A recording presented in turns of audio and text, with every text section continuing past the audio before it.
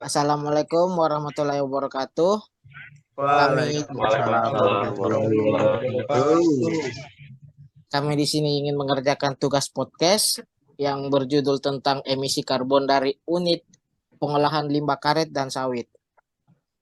Dan saya sini sebagai moderator, tidak sendiri bersama Hilal Ahmad Fadilah. Jauh Lal. Woi, Iya, Bung Wawan. Gimana Bung Wawan, kabarnya sehat Bung Wawan? Alhamdulillah sehat Lal. Gimana kabar Lal? Alhamdulillah baik. Alhamdulillah baik. Oke, di sini kita akan membahas salah satu dari perubahan iklim adalah peningkatan suhu udara di permukaan bumi yang disebut dengan pemanasan global. Meningkatnya pemanasan global disebabkan oleh konsentrasi gas rumah kaca di atmosfer bumi. Seperti yang kita ketahui, CO2 adalah salah satu jenis gas rumah kaca yang saat ini meningkat konsentrasinya di atmosfer bumi. Kita ulang-ulang ini. Ulang-ulang apa sih Wawan? Ulang-ulang tuh kalimatnya. Naik Gak lagi, apa-apa, naik lagi. nanti tak cut aja. Yang penting Ini bisa kan ada mulai. 4 narasumber industri sawit, berarti Gio, Mas Agung. Enggak, salah. Tiga. Jadinya Oh, tiga. tiga. Oke, lanjut dulu lah. Nah, bertambahnya konsentrasi CO2 di atmosfer ini juga tidak luput dari kegiatan sehari-hari manusia. Salah satunya contoh adalah kegiatan pertanian. Dari sektor pertanian adalah penyumbang gas rumah kaca terbesar kedua di dunia. Selain itu, kegiatan pertanian juga ternyata turut menghambat terjadinya pemanasan global melalui penyerapan CO2 di atmosfer dalam proses fotosintesa. Jenis komoditas pertanian atau perkebunan yang banyak dikembangkan di Indonesia adalah karet dan kelapa sawit, yang juga menjadi highlight dari podcast kita kali ini. Oke, mungkin untuk perkenalan kawan-kawan saya oleh rekan moderator saya. Silahkan Hilal. Nah, di kesempatan kali ini kita kedatangan beberapa tamu yang tentunya akan memberikan argumen-argumen yang sangat kuat tentang materi ini. Ada tamu jauh, yang paling jauh dari Padang, ada Bima Gavara. Halo, Nah, Mas Bima kabarnya sehat? alhamdulillah. Alhamdulillah. Terus kita Apa juga kabar? mengundang senior di sini. Salah satunya Mas Agung. Pak Agung, gimana kabarnya Pak Agung? Alhamdulillah baik. Sehat Pak Agung. Terima kasih Mas Hilal atas waktunya nih untuk udah nyumbang di sini nih ya. Terima kasih. Ini, Tapi ini podcast ini eh, ada fee-nya gak Mas? aduh itu bilang ke Pak Wawan ya Pak Agung ya. Oh, Sini, oke. udah izin Bapak istri Nanti kan sini udah kita izin istri Pak Agung. udah ya. Oke, kita Udah, sharing aja ya. oke. nanti di belakang lah Mas. Oke, siap kalau gitu. Setelah Pak Agung ada salah satu narasumber yang paling cantik di sini. Mbak Gio, gimana Mbak Gio kabarnya Mbak Gio? Halo malam Mas Hilal, baik. Malam Mbak Gio, gimana kabarnya? Baik, kan tadi udah jawab. Iya. Ini lagi sibuk apa ini saat-saat ini Mbak Gio ini? Oh, sekarang lagi mau ini aja, podcast aja. Oh Khusus. iya. Khusus ya, dikhususkan untuk ini ya. Khusus untuk podcast. Nah, selanjutnya ada yang jauh-jauh juga nih dari Kalimantan nih. Pak Irawan, gimana Pak Irawan kabarnya Pak Irawan? Alhamdulillah baik, Mas Hilal. Gimana Mas Hilal? Baik. Alhamdulillah baik terus. Sehat kan? Gak usah dijawab dari sehat. Halo? Oke, selanjutnya aja ya. Kita Kayaknya langsung yang susah paling muda jaringannya ya. di Kalimantan, Mas Mas. Dwiki, gimana Mas Dwiki? Alhamdulillah. Alhamdulillah. Pada baik-baik semua kabarnya di sini sekarang ya. Oke deh, setelah kita perkenalan nih ya. Kita langsung aja kali ya ke topiknya ya. Kan kalian udah pada penasaran kan? Nah, secara umum produksi karet di Indonesia sendiri masuk dalam 5 top list negara penghasil karet di dunia. Jadi ini Indonesia ini masuk 5 besar loh. Dan bersanding dengan 4 negara lainnya, yaitu Filipina, India, Thailand, hingga Vietnam. Ini menarik sekali. Gimana sih tanggapan dari Mbak Gio dulu deh? Gimana sih tanggapan Mbak Gio? Mas, boleh saya potong nggak? Ya, gimana? Mas Kalau Agung? kalau karet ini kan biasanya buat untuk penghasil ban nih Mas. Kalau bak-bakan nih Mas ya, Apa? ban apa yang biasanya untuk? Soalnya nggak Jadi tahu kita, itu. Pak Agung, ini kita lanjut dulu Pak Agung ya. Kita sama Oke, istri aja silakan. tebak-tebakannya Pak Agung ya. Silakan. Oke. Mbak Gio, gimana sih pendapat Mbak Gio tentang Indonesia menjadi 5 besar ini? Oke, jadi gini Mas, untuk pohon karet sendiri itu membutuhkan suhu yang hangat dan konstan agar dapat tumbuh dengan baik. Itu di sekitar suhu 26 sampai 30 derajat Celcius dan lingkungan yang lembab. Iklim negara-negara Asia Tenggara sendiri sangat cocok sebagai tempat tumbuh pohon karet. Indonesia merupakan salah satu produsen dan eksportir karet alam terbesar di dunia yang juga memiliki areal perkebunan karet yang terluas di dunia. Menariknya, sekitar 70% produksi karet dunia itu berasal dari Thailand, Indonesia, dan Malaysia. Sebagai salah satu komoditas utama, Indonesia sendiri berkontribusi terhadap 29,8% kebutuhan karet dunia. Di tahun 2021, produksi karet Indonesia juga mencapai 3,12 juta ton. Angka tersebut naik sekitar 8,21% dibandingkan tahun sebelumnya, yaitu sebesar 2,88 juta ton. Wih, menarik banget ya penjelasan dari Mbak Gio ini. Bung Wawan, gimana menurut Anda Bung Wawan penjelasan dari Mbak Gio ini Bung Wawan? Wah, penjelasannya sangat menarik nih. Ternyata Indonesia masuk dalam kategori penghasil karet terbesar juga ya. Oke. Wah, pembahasan dari narasumber Bagio tadi itu cukup menarik ya. Mungkin bisa bantu jelasin dikit, Mbak.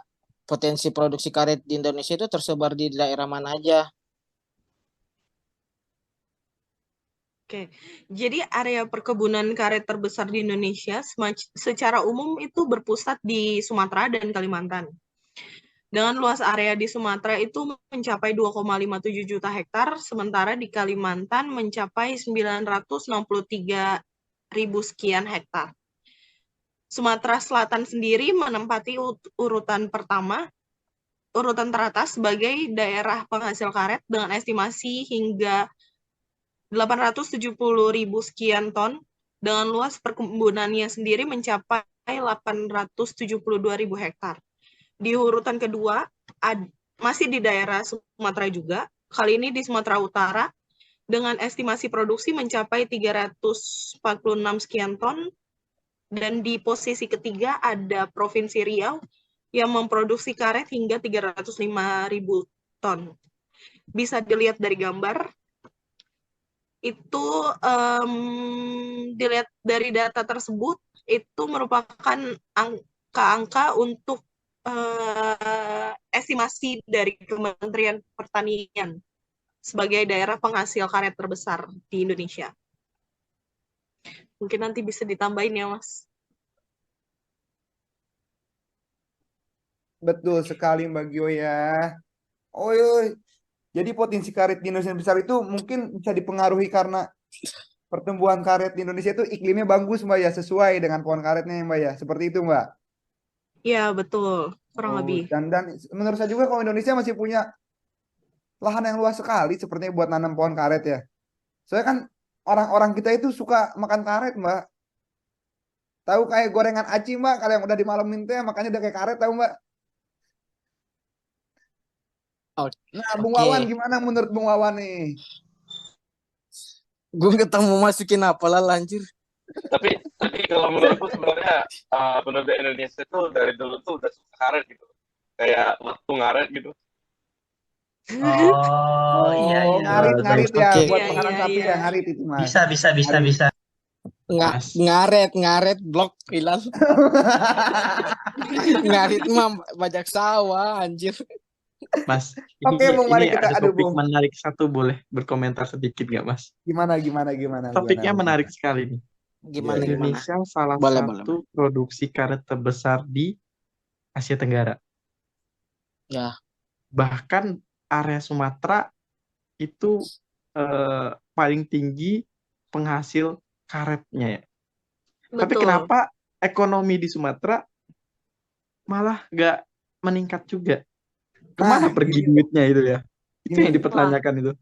Aduh, aduh, aduh. kenapa di Sumatera ekonomi tidak meningkat, Bung? Karena di Indonesia itu terkenalnya pemutaran uangnya di Jakarta. Oh iya. Wah, Mungkin kalau pabrik di masuk luar cuma kan balik lagi duitnya ke kenal. Jakarta, Bung. Hmm. Sentralnya di Jakarta kan. Jakarta kan tempat pemutaran uang, tempat entertain tuh. Bung Wawan tuh sering entertain tuh di ya. Bener Bung Wawan? Wah, biasa kan ditemenin sama Bung Hilal. Aduh. Channel YouTube-nya apa, Bung Wawan? Boleh nanti saya subscribe. Wawan in the Jubrek. Sky. Wawan in the Sky. Wawan in the Sky channel YouTube-nya. Ngam Oke, Bang Irawan ini daripada edit-editnya. kita bertele-tele ya, kawan-kawan sekalian. Angka baiknya untuk kita back to laptop, apa sih kembali ke laptop. Wah, ternyata potensi karet di Indonesia cukup besar ya. Balik lagi mungkin cocok dengan faktor iklim ya yang ada di Indonesia. Apa memiliki iklim yang sangat bagus untuk pertumbuhan karet dan masih banyak juga lahan untuk karet atau untuk apa lagi tadi? Untuk pertumbuhan karet. Nah, berdasarkan rumor yang terdengar nih, pergerakan utama pasar karet di dunia berasal di kawasan Asia Pasifik. Mungkin bisa dijelaskan untuk narasumber selanjutnya, Pak Agung Dwi Prayoga. Oke, terima kasih atas waktunya Mas Wawan dan Mas Hilal. Jangan lupa fee-nya ya. Siap, siap, siap, Pak. Oke, ya itu betul banget sih ya. Karena dikenal karena kualitas elastisnya, karet ini kan satu komoditas unggulan untuk sektor perkebunan yang menyumbang surplus kinerja perbandingan komoditas pertanian. Sebelumnya saya jelasin sedikit. Ada dua tipe karet yang dikenal luas. Yang pertama itu ada karet alam dan karet sintetis yang terbuat dari minyak mentah. Keduanya dapat saling menggantikan. Dan karena mempengaruhi permintaan masing-masing komoditinya, uniknya ketika harga minyak mentah naik, permintaan untuk karet alam akan meningkat. Namun, ketika gangguan suplai karet alam membuat harganya naik, maka pasar cenderung beralih ke karet sintetis. Nah, pasar Asia Pasifik sendiri ini memiliki permintaan yang tinggi akan karet, baik untuk keperluan industri maupun domestik. Pertumbuhan ekonomi yang pesat di beberapa negara Asia Pasifik juga mendorong peningkatan penggunaan karet. Dalam sektor industri, seperti ada otomotif, konstruksi, maupun manufaktur. Permintaan yang kuat ini mendorong ekspor karet dari kawasan Asia Pasifik ke pasar internasional. Penggunaan karet sendiri sebagian besar didominasi oleh sektor industri otomotif yang dipimpin oleh ayo siapa? Ada yang tahu nggak? Nah, ya betul, Tiongkok. Nah, silakan. Tiongkok Bukan ini Hikmah ya? mengonsumsi Tiongkok dong. Bukan dipimpin oleh Hikmah, bukan ya? Salah ya? Nggak dengar nih Mas Irwan putus-putus nih. Ya maklum, Kenapa Mas Irwan? Kalimantan. Maklum, Kalimantan sinyalnya susah. Jadi towernya entah kemana towernya hilang. Oh, oke. Maaf ya, saya lanjut. Boleh saya lanjut ini? Boleh Boleh, saya Mas, lanjut? boleh, Mas. Boleh, Oke, silakan. oke, siap. Maaf ya waktunya saya soalnya nggak banyak ini ya. Biasa mau tidur. Siap, siap, siap, siap. Oke, jadi saya Anak lanjut nangis ya. mas, anak mas. Diperkirakan Tiongkok ini mengonsumsi 40% karet dunia pada tahun 2021 untuk manufaktur ban. Wow kan? Untuk ban aja itu 40% Tiongkok. Gimana itu bannya yang bisa nyeruduk coba? Berapa persen coba itu? Wah, nggak tahu tuh. Oke, saya lanjut Mas Wawan ya, sebentar ya. Iya, iya. Di Indonesia sendiri nih pada tahun 2019 itu pada masa sebelum pandemi COVID ya itu sebelum pandemi COVID masuk ke Indonesia itu jumlah ekspor karet alam itu Indonesia itu mencapai 2,58 juta ton dengan nilai kalau dirupiahkan itu sekitar 3,67 miliar US dollar. Wah, besar sekali ya ternyata ya. Nah, dengan persentase ekspor meliputi 79% dari produksi karet alam dan 20% untuk dikonsumsi pasar domestik, berdasarkan data statistik tahun 2019, Indonesia menghasilkan 3,3 juta ton karet alam hasil dari produksi kebun karet seluas 3,68 juta hektar. Dari luas lahan ini, 85% lahan dikelola oleh petani karet yang berjumlahnya 2,2 juta orang. Nah, di sini kan dengar-dengar 2019 itu Indonesia tuh mencapai apa tadi penghasilan tuh 3,67 miliar US dollar nih ya, untuk apa untuk karet sendiri nih di Indonesia. Nah, itu penyumbang terbesar itu di mana di Sumatera ya. Tapi kenapa ya? Ada yang tahu gak sih? Saya mau tanya nih ya. Boleh kan ya? Boleh Mas, boleh. Ya kayak Boleh. fasilitas Silakan, di silakan. Sumatera itu kenapa ya, sebagai penghasil karet ini kan dia besar nih, kenapa uh, fasilitas Sumatera itu tidak meningkat gitu, malah memburuk akibat ya polusi udara nih yang dihasilkan dari karet. Ada yang bisa tahu nggak sih itu kenapa? Apa larinya kemana kah? Gimana gimana? Wah, Iya sih. itu mungkin kita ada salah satu Itu narasumber yang mungkin tahu keadaan sekedar kondisi di sana ya. mengetahui ya. Oke Mas. Mungkin kita ada salah satu narasumber yang tahu daerah sekitaran sana. Kebetulan kita ambil tamu jauh. Bang Bima, gimana kabarnya Sumatera Bang? Katanya nih ekonomi meningkat sumber dari dia, tapi di sana itu ekonominya nggak meningkat. Gimana tuh Bang? Tolong dijelasin. Alhamdulillah ya Pak. Tapi masih lancar di sini ekonomi untuk hidup. Nah, itu yang sebenarnya jadi permasalahan di Indonesia ini. Namanya negara berkembang ya. Beberapa pasokan kita tahu data-data sebelumnya itu kita dengar dari Mas Agung, kita dengar juga dari Bagio, kalau Indonesia itu penghasil karet terbesar di Asia, salah satu ya. Nah, tapi mengapa?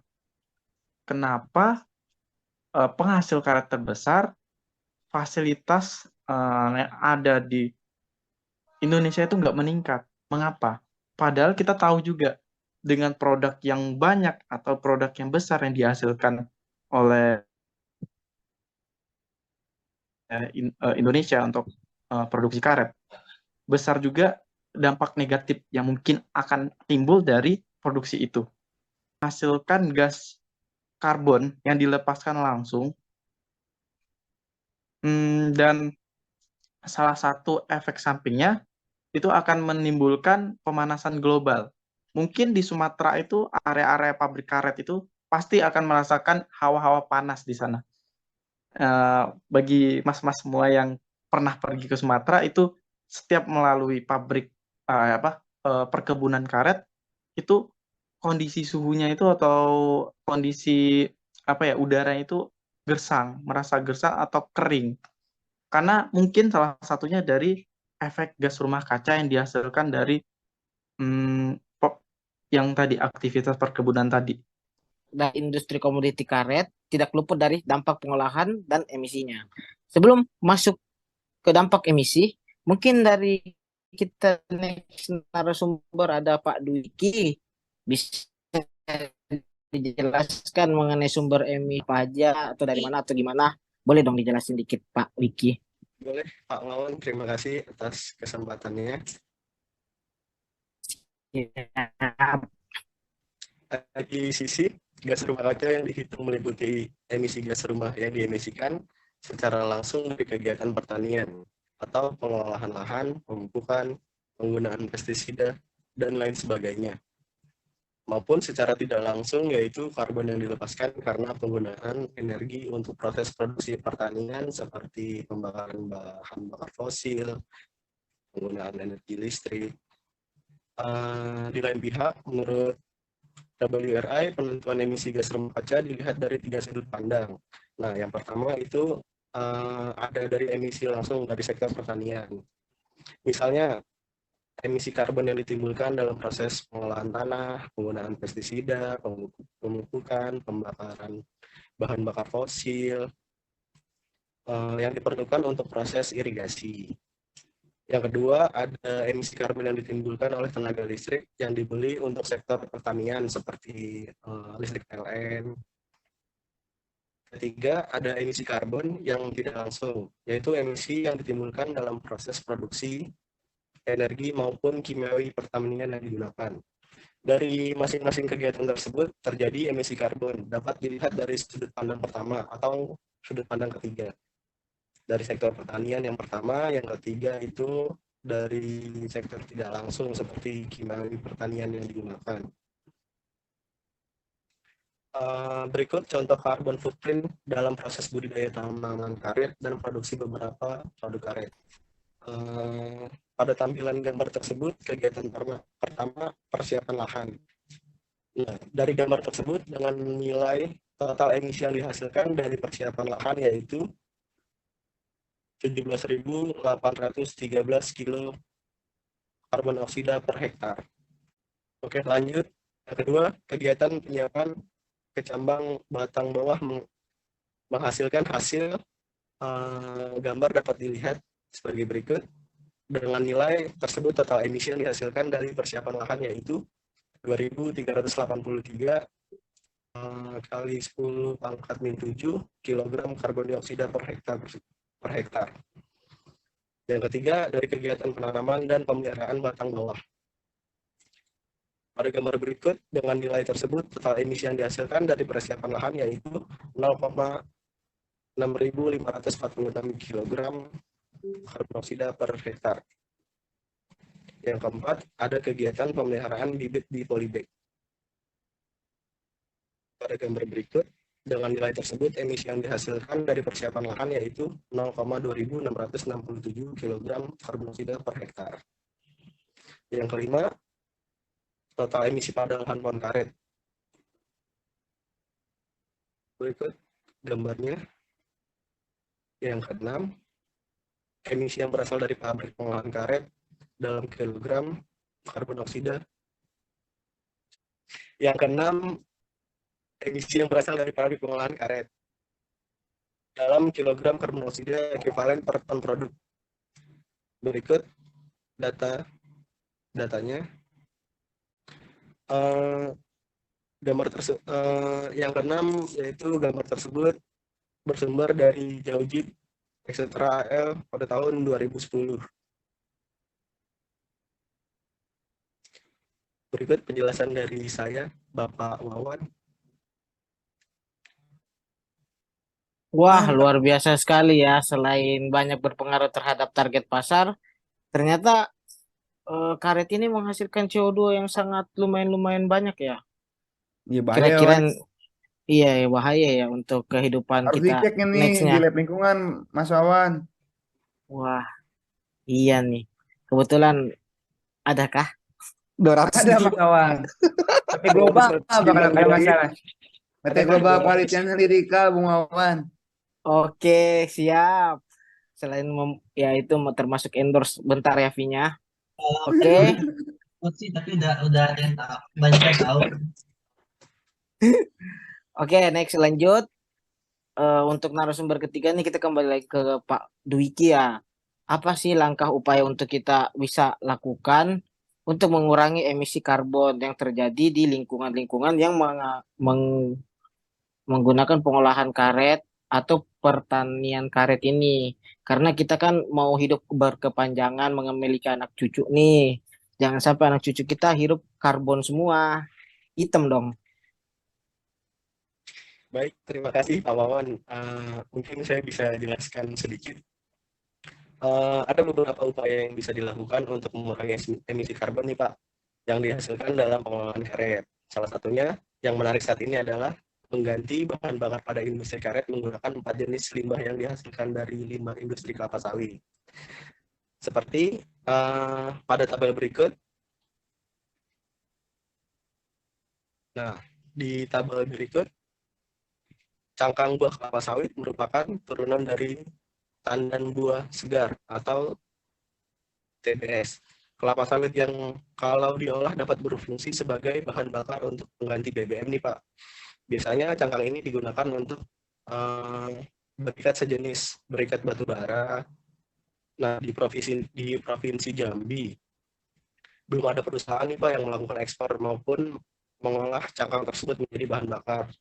Cangkang sawit memiliki potensi yang cukup besar jika dimanfaatkan sebagai bahan bakar karena nilai kalor yang dimilikinya cukup tinggi, sekelas dengan batu bara jenis lignit. Berikut berupa perbandingan hasil analisa proximat dan ultimat antara biomasa cangkang sawit dengan batu bara jenis lignit. Nah, dari tabel di bawah terlihat tidak ada perbedaan yang signifikan antara biomasa cangkang sawit dibandingkan dengan batu bara jenis lignit. Baik dilihat dari nilai kalor, analisa proximat, dan analisa ultimat. Nah, berdasarkan hasil analisa tersebut, maka biomasa cangkang sawit dapat digunakan sebagai bahan bakar alternatif pada industri karet menggantikan batu bara. Berikut gambarnya. Nah, itu tuh Pak penjelasan dari saya yang upaya yang bisa dilakukan untuk mengurangi emisi karbon pada pengolahan karet. Sangat jelas ya Bung Wawan ya penjelasannya ya. Gimana menurut Wah, Bung Wawan penjelasannya nih? Cukup dimengerti ya? mudah dipahami sih. Sangat Selagi Adley juga menampilkan tabel-tabel yang cukup gampang mengetahui ya persenan-persenan pengeluarannya betul Bung dan Wawan. perubahannya. Nah, selanjutnya apa sih Bung Wawan yang mau kita bahas ini? Nah, berikut ada Selanjutnya, ini Pak, hasil perbandingan yang dihasilkan sebelum pada gambar sebelumnya. Nah, berikut gambarnya. Nah, penggunaan biomasa di industri karet maupun mampu mengurangi emisi gas rumah kaca, karbon dioksida, dan abu yang dihasilkan masing-masing sebesar 22,8% dan 62% dibandingkan dengan penggunaan batu bara. Sangat masuk ke dalam kategori energi terbarukan sih Pak. Nah, bisa menjadi alternatif buat mengurangi emisi karbon yang dihasilkan untuk pengolahan karet.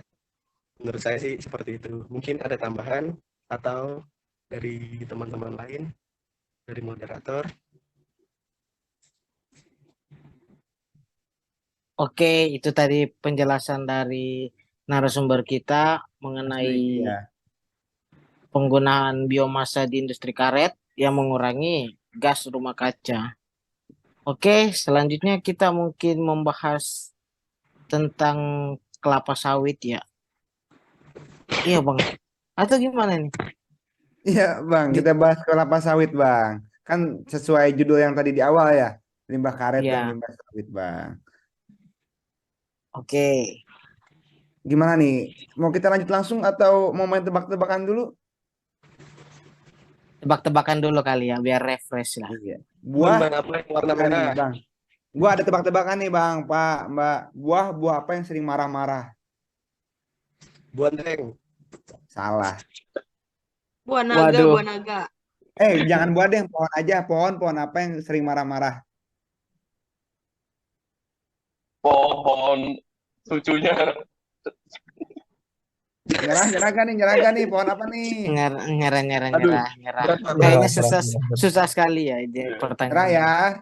Ya, Pohon kelapa Belum boleh. sewot. Pohon kelapa sewot. wah, Waduh. kelapa sewot. Out of the box sekali Pak. Saya sangat terkejut.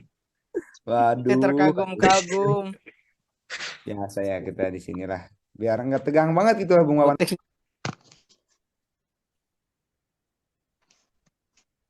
Wis, Oke, kembali lagi Bung Wawan. siap Bung Hilal. Harus tetap semangat ya Bung ya. Siap. Gimana ternak ikan sapu-sapu lancar? Lancar. Ternak sekarang mah kita Alhamdulillah. ganti lahan dari ikan sapu-sapu menjadi ayam ketawa. Ayam ketawa. Gimana suara ketawa ayam? Coba pengen denger dong. Gimana Bung Wawan? Wah, itu di belakang podcast saja ya Mas Hilal ya. Oh ya siap. Oke dilanjut aja Bung Oke. Wawan. Oke, tadi dari penjelasan tentang karbon karet ya dari narasumber kita. Sekarang kita masuk nih ke daerah kelapa sawit. Bagaimana sih cara pengolahan limbah karbon dari kelapa sawit? Dan kebetulan banget nih, ada dua Apa narasumber tuh? yang sangat ahli dalam Di bidang menjelaskan. apa, Mas Wawan? Ahlinya? Pokoknya di bidang kelapa sawit mantap deh, gacor.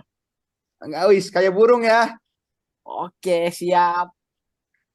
Itu langsung aja saya lempar kepada kedua narasumber saya ini oleh Pak Irawan dan Pak Bima Gafara. Boleh dijelaskan Oh, tentang kelapa sawitnya? oke, terima kasih Mas Wawan untuk perkenalkannya. Oke, perkenalan terlebih dahulu, saya Bima Gafara. Oke, saya akan menjelaskan sedikit mengenai unit pengolahan pada produksi atau perkebunan kelapa sawit. Nah, sebenarnya salah satu apa ya, peluang bisnis di Indonesia salah satunya itu ya perkebunan sawit. Kita tahu bahwa Indonesia juga salah satu penyumbang minyak atau produksi perkebunan sawit terbesar juga di Asia. Nah, itu bisa cari di Google mas-masnya semuanya nanti ya untuk mencari tahu untuk kelapa sawit ini. Nah, saking tingginya permintaan kelapa sawit, semakin banyak juga lahan dibuka. Nah, pembukaan lahan kelapa sawit di daerah-daerah perkebunan Indonesia dari Pulau Sumatera, Jawa, dan lainnya, bahkan Kalimantan, yang sekarang hampir semuanya sawit.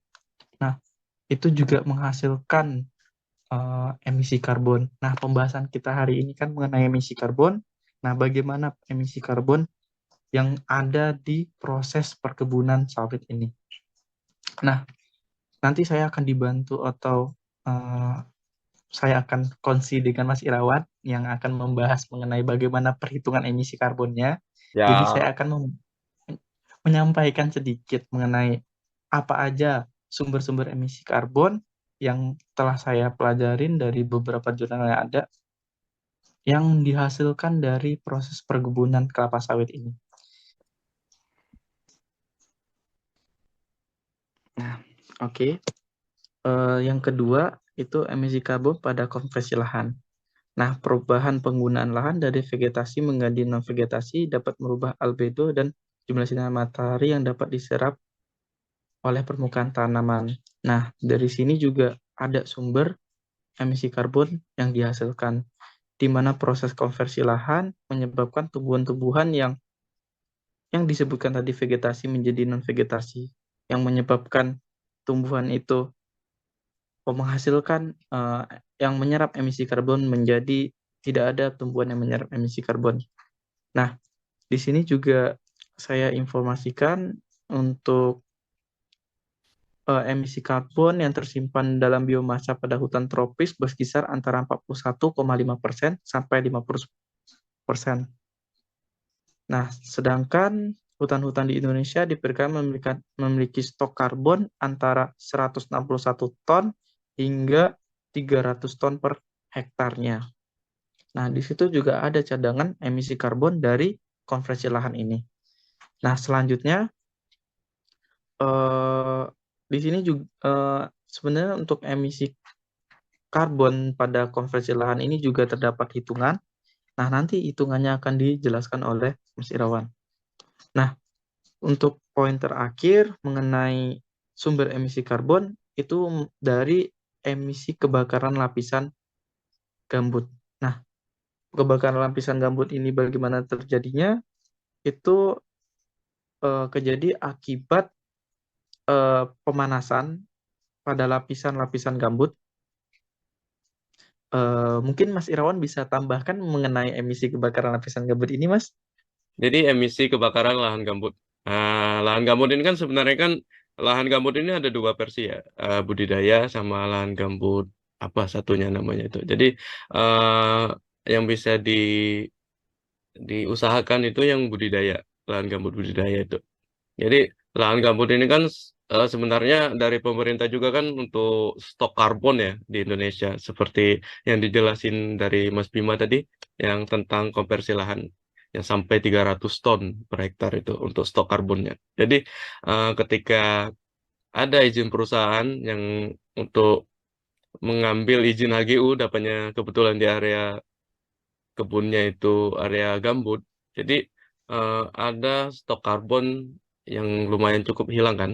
Jadi di situ. Jadi ketika kebakaran lapisan gambut itu biomasa tanaman saja yang akan terbakar, tetapi juga beberapa sentimeter lapisan gambut bagian atas yang berada di dalam keadaan kering.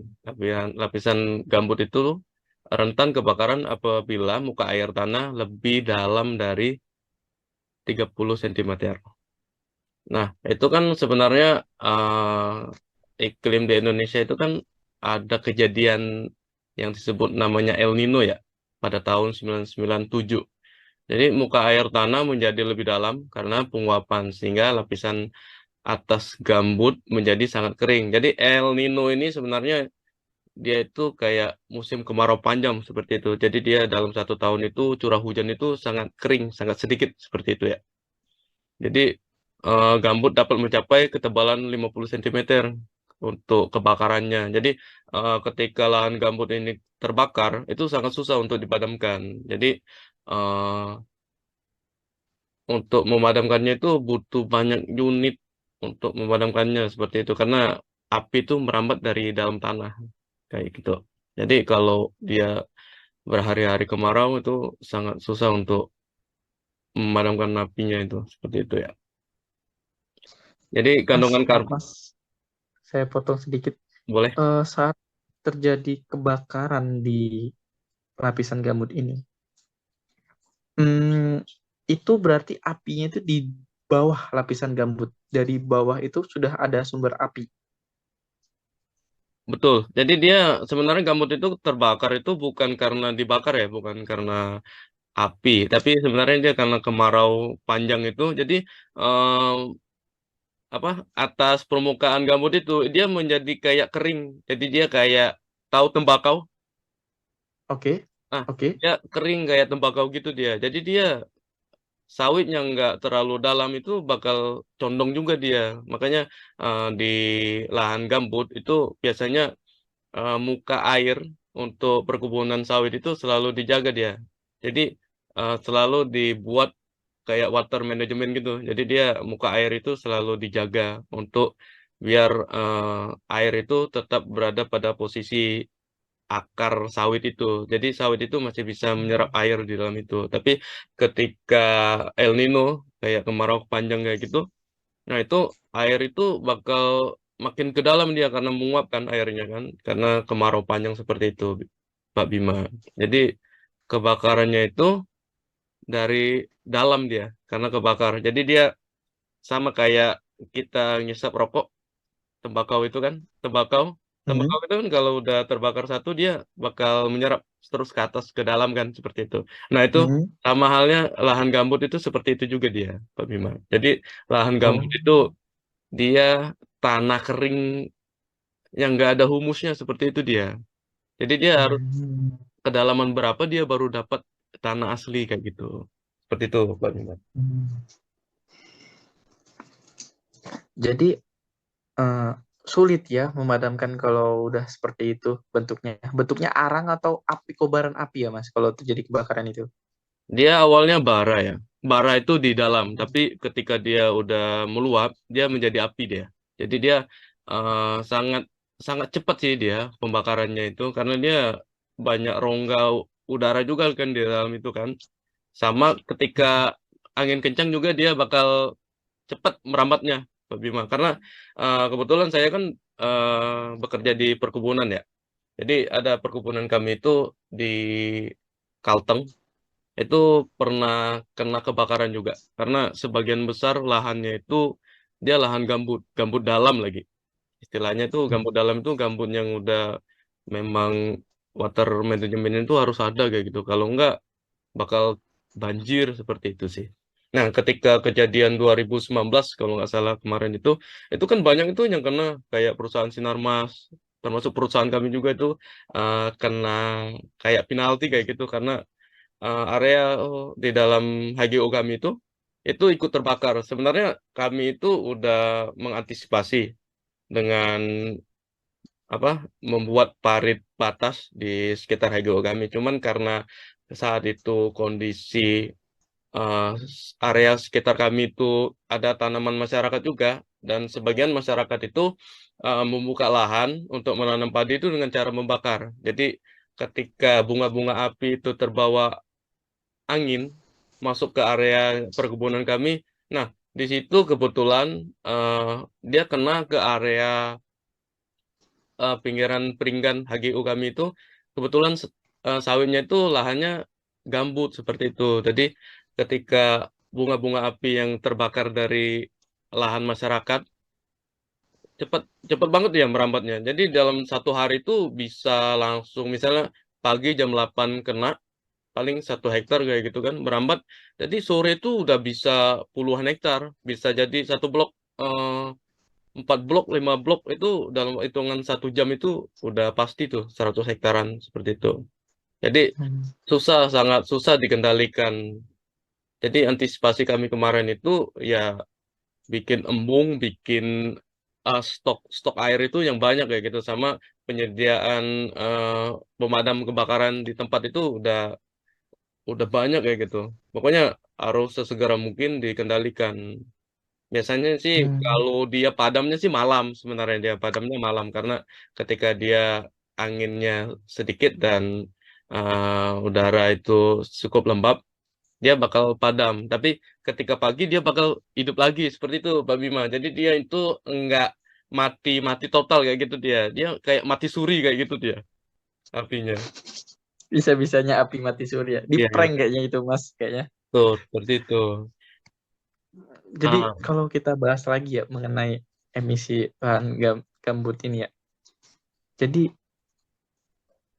apakah Mas sudah melakukan perhitungan mengenai eh, emisi karbonnya, Mas? oke. Atau sudah adakah perhitungan mengenai emisi karbon untuk pembakaran lahan gambut ini? Oke, jadi perhitungannya itu seperti ini ya. Kelapa sawit itu kan hidupnya kan kurang lebih kan 25 tahun ya. Jadi dia bisa dikonversi. Jadi siklus pertumbuhan kelapa sawit itu 100 cm dia pertumbuhannya. Jadi komposisinya itu menyumbang 60% terhadap subsiden, sedangkan pemadaman konsolidasinya itu menyumbang 40%. Jadi eh, bisa kita bikin emisi karbon dari komposisi areal gambutnya, dapat hitung dari komposisi itu 25 tahun sama dengan 60% dikali 100 cm sama dengan 0,6 meter kan. Jadi kerapatan karbonnya itu 0,05 T per meter kubik. Terus angka konversinya C ke CO2 itu 3,67 CO2 per C.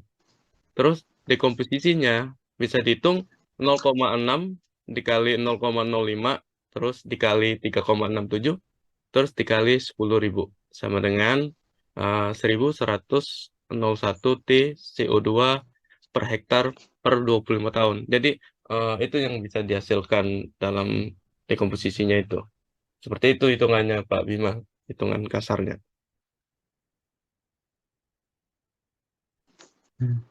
Itu baru emisi dari perkebunannya aja ya, perkebunan pengelolaan kelapa sawitnya kan.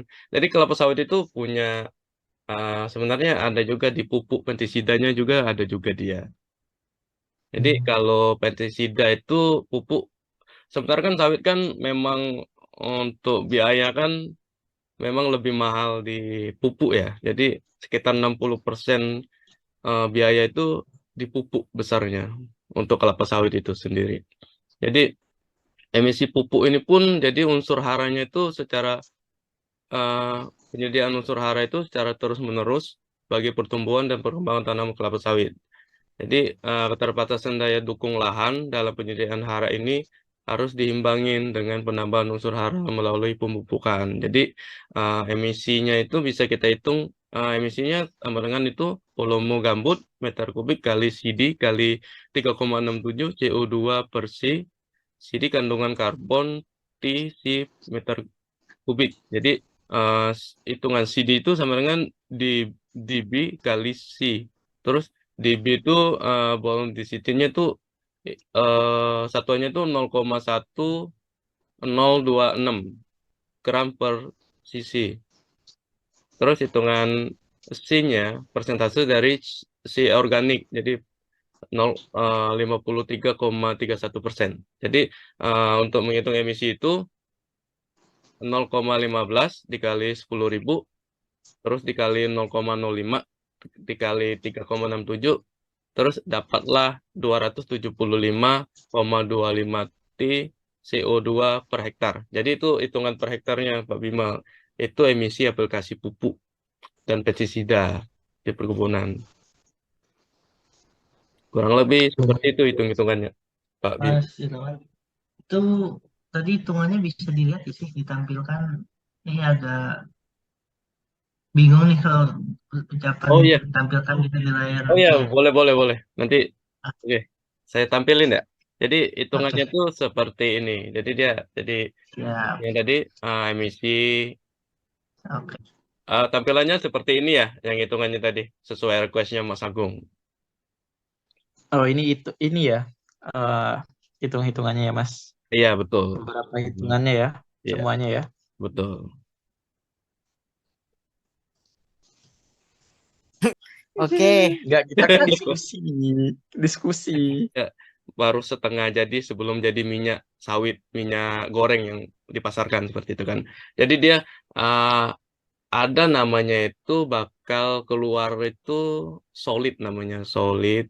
Terus dari solid itu kan bakal ada limbahnya lagi kan. Jadi limbah itu biasanya ada tempat penampungannya, berapa kolam gitu untuk penampungan limbahnya. Nah, jadi dari limbah ini pun bisa menghasilkan 2.500 sampai 3.800 kilo ekivalen CO2 per hektar per tahun. Seperti itu dia.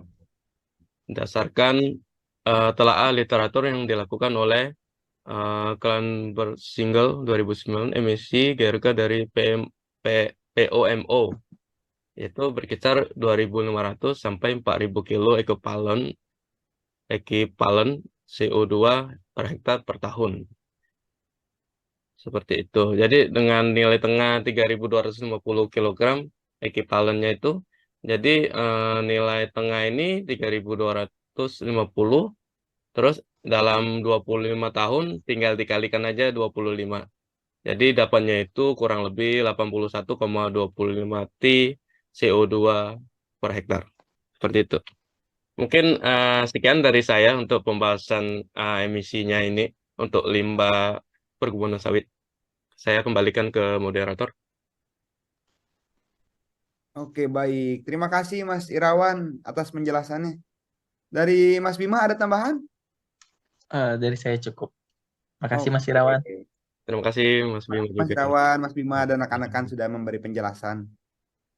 Oke, Bung Wawan, ada yang mau ditambahin, Bung Wawan? Mungkin penjelasan tentang materi ini sudah cukup, Bung Wawan ya?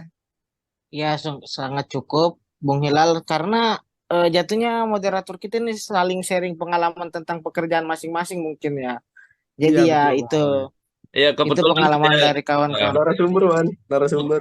kebetulan saya sama Oh. Mas Bima ini sering kontak-kontakan. Jadi kami tuh sering kayak udah klop kayak gitu. Cuman beda bagian aja. Oh, sudah dapat Oh, chemistry ya? Iya benar. iya. Oh, mantap. Bagus, bagus, keren. Sumatera, Kalimantan. Mas, Yoi. boleh nanya, Mas? Kalau Wawan dari mana? Makassar, Wawan ya? Sulawesi, Mas. Sulawesi, Makassar kan? Iya. Minum balok dulu, balok. Bisa lompat tebing. Mas Wawan bisa lompat tebing. Oh, tebingnya lompat ke Lompat bawah, batu. bukan ke bawah. Lompat batu. Nggak bisa, Lal. Oke, ini daripada kita lanjutkan, kita kurang istirahat ya sepertinya Mas ya. Agung mau nanya Nah, tadi. Mas, mau nanya ya, mau nanya. Ya, Itu gimana tapi kenapa diam aja, Mas? Hah? Tapi diam aja kenapa? Terapi Itu lagi antri buat katanya boker ya. lagi nggak ada sinyal dia, kebetulan dia lagi di Ambon. Jadi dia ada Oh, pelatihan gitu. katanya tadi. Dia lagi onsite, Bang. Dia lagi keluar pulau dan ya sekitar sebulan lamanya HP-nya disita OPM. Waduh, OPM. di Ambon apa di Papua jadinya di Bung Wawan? Parah Dia banget dari ini. Ambon. Merusak aja nih. Oke, Bung Wawan, saya balikan kepada Bung Wawan. Wan, Silakan untuk Wan, menutup. Wawan, Ya, Bang. Bung Wawan. Itu Gimana, Mas? OPM itu kalau lawan yang loreng-loreng tuh gimana, Wan? Siapa yang menang kira-kira, Wan? Durasi kurang dari 1 menit. Oke, teman-teman. Masih semangat ya nih? Cuma karena Semangat, pembahasannya udah semangat, habis semangat. ya. Kita juga bingung yang mau dibahas apa. Iya, bingung. Ngomong-ngomong ada 200 dulu gak, Wan? Ada nanti di belakang layar, aman. Oke, Bung Wawan, menurut Bung Wawan gimana nih tentang penjelasan yang narasumber narasumber kasih tadi, Bung Wawan? Wah, ini cukup menarik ya, karena kita kurang pengalaman tentang kelapa sawit dan karet. Ternyata Indonesia juga cukup luas ya untuk pengolahan ataupun pertanian kelapa sawit dan karet ya. Mungkin itu ilmu dari narasumber-narasumber kita bisa tersampaikan kepada kawan-kawan nanti yang menyaksikan podcast kita ini. Betul, Bung Wawan, Mudah-mudahan selain menarik, ini juga mendorong Bung Wawan ya untuk kita lebih peduli lingkungan ya. Karena iya. emisi yang dicemarkan. Nah, kalau ngomong-ngomong pencemaran, ngujinya di mana, Bung Wawan? Wah, kami ada Promo, kenalan promo. namanya Global Analytical Laboratorium. Itu bertempatkan di Bogor. Lanjut, Kalau Bung Wawan, Bung Wawan. lanjut. Udah jadi Masa endorse, Mas. iklan ya, Wan? Lumayan 200 dulu kan? Nah, ini durasinya panjang. Mas Agungnya bayarnya mahal loh. Oh iya, siap. Sip. Lupa ya. Overtime ini Oke. Mas Agung nih, kita bayar mahal, jangan, Wan. Lanjut, Wan. Oke, mungkin cukup sekian penjelasan-penjelasan dari teman-teman narasumber kita. Dari ya mungkin ada yang bisa dipahami, dicermati, dan dilakukan perbaikan kalau bisa. Mungkin cukup sekian. Saya undur pamit diri bersama kawan saya. Silakan, Mas. Oke, mantap ya. Mungkin sekian dari kami ya, dari saya, Bung Wawan, dan narasumber yang sudah berkenan hadir dan memberikan argumen atau materi tentang judul kita, podcast kita ini ya. Oke, sekian dan terima kasih. Saya Wassalamualaikum ucapkan Assalamualaikum warahmatullahi wabarakatuh. wabarakatuh. Waalaikumsalam warahmatullahi Terima wabarakatuh. kasih semuanya. Terima kasih, Bung Wawan. Terima kasih semuanya. Boleh ini gak sih? Boleh foto dulu yuk. Oh, Foto boleh. boleh gak sih? Waduh, Ya, foto lagi kah? Buat laporan saya ini. Boleh. Oke, boleh. Mas di telepon ya, Mas, nggak diangkat. Gini Ibarat ya, lo punya pan, duit. pan. Lo punya duit. Ya. Ayo, pan.